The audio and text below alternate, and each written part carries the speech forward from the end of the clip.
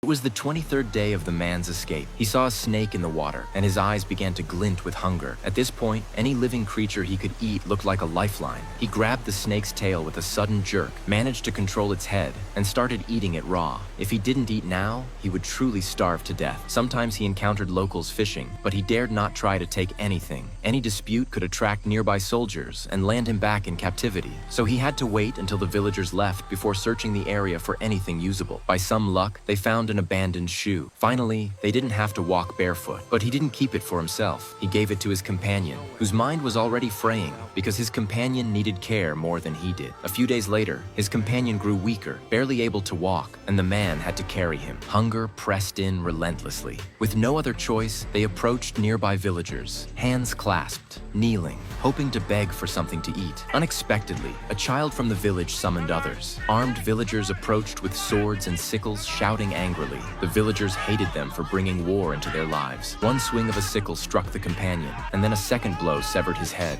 The man snapped completely. Grabbing a knife, he swung wildly, finally scaring the villagers away. He couldn't linger. He had to abandon his companion's body and flee into the jungle. Finding a hidden spot, he stayed completely still, luckily avoiding the soldiers searching nearby, and remained there all night. When he woke the next morning, soldiers were camped nearby. He dared not make a sound. Once they left, he emerged to scavenge for anything useful and found a leftover sweet potato, an absolute treasure.